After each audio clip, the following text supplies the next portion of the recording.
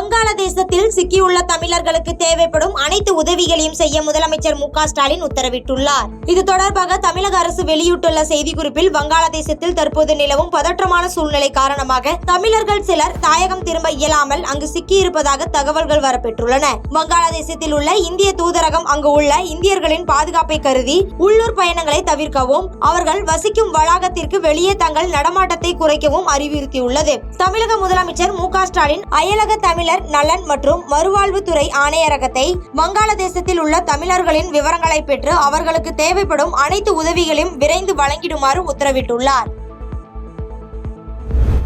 NEET தேர்வு முடிவுகளை தேர்வு மையங்கள் வாரியாக வெளியிட வேண்டும் என்ற உச்சநீதிமன்றத்தை தொடர்ந்து தற்போது முடிவுகள் வெளியாகியுள்ளது.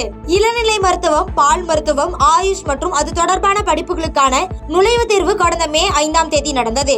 தேசிய தேர்வு முகமை நடத்திய இந்த தேர்வில் ஆள் மாறாட்டம், வினாத்தாள் கசிவு என பல்வேறு புகார்கள் தேர்வு நடந்த போதே எழுந்தன. இது தொடர்பாக சுப்ரீம் கோர்ட்டில் அடுத்தடுத்து வழக்குகள் தாக்கல் செய்யப்பட்டன. இந்த வழக்கு சுப்ரீம் கோர்ட் தலைமை நீதிபதி டி.ஒய். சந்திரசூட் தலைமையிலான அமர்வு முன் கடந்த 18ஆம் தேதி மீண்டும் விசாரணைக்கு வந்தது. மறுதேர்வு நடத்த கூறியதற்கு மறுப்பு தெரிவித்து மாணவர்களின் அடையாளங்களை மறைத்து நகரங்கள் மற்றும் தேர்வு மையங்கள் வாரியாக தேர்வு முடிவுகளை இன்று மதியம் 2 மணிக்குள் வெளியிட வேண்டும் என தேசிய தேர்வு முகமைக்கு நீதிபதிகள் உத்தரவிட்டுள்ளனர். இந்நிலையில் சுப்ரீம் கோர்ட்டின் உத்தரவை தொடர்ந்து நீட் தேர்வு முடிவுகளை நகரங்கள் மற்றும் தேர்வு மையங்கள் வாரியாக தேசிய தேர்வு முகமை வெளியிட்டுள்ளது.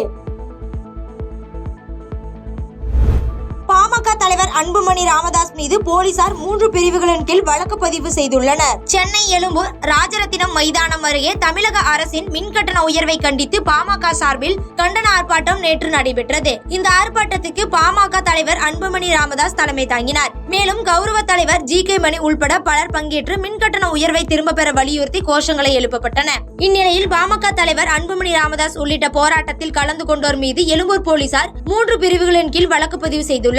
நேற்று நடைபெற்ற போராட்டத்தில் ஈடுபட்ட பாமகவினர் பலரும் இலவச மின்விசிறி மற்றும் தொலைக்காட்சியை உடைத்த குற்றச்சாட்டில் எழும்பூர் போலீசார் நடவடிக்கை மேற்கொண்டுள்ளனர். உத்தரப்பிரதேசத்தில் உள்ள கன்வர் யாத்ரா வழித்தடத்தில் உள்ள உணவகங்களின் உணவு விற்பனை செய்பவர்களின் பெயர்கள் மற்றும் பணியாளர்களின் பெயர்களை காண்பிக்க வேண்டும் என்று முசாபர் நகர் காவல்துறை உத்தரவிட்டுள்ளது. உத்தரப்பிரதேச அரசின் இந்த நடவடிக்கை முஸ்லிம் கடைக்காரர்களை பாதிக்கும் என்று அம்மாநில எதிர்க்கட்சிகள் கடும் கண்டனம் தெரிவித்துள்ளது. இந்த உத்தரவு இந்தியா முழுவதும் பெரும் சர்ச்சையை ஏற்படுத்தியுள்ள நிலையில் இந்த விவகாரம் தொடர்பாக பாலிவுட் நடிகர் சோனு சூட் தனது எக்ஸ் பக்கத்தில் கருத்து ஒன்றை பதிவிட்டுள்ளார். அதில் ஒவ்வொரு கடையிலும் ஒரே பெயர் பலகைதான் இருக்க வேண்டும், அது மனிதநேயம் என்று அவர் பதிவிட்டு கடுமையாக விமர்சித்துள்ளார்.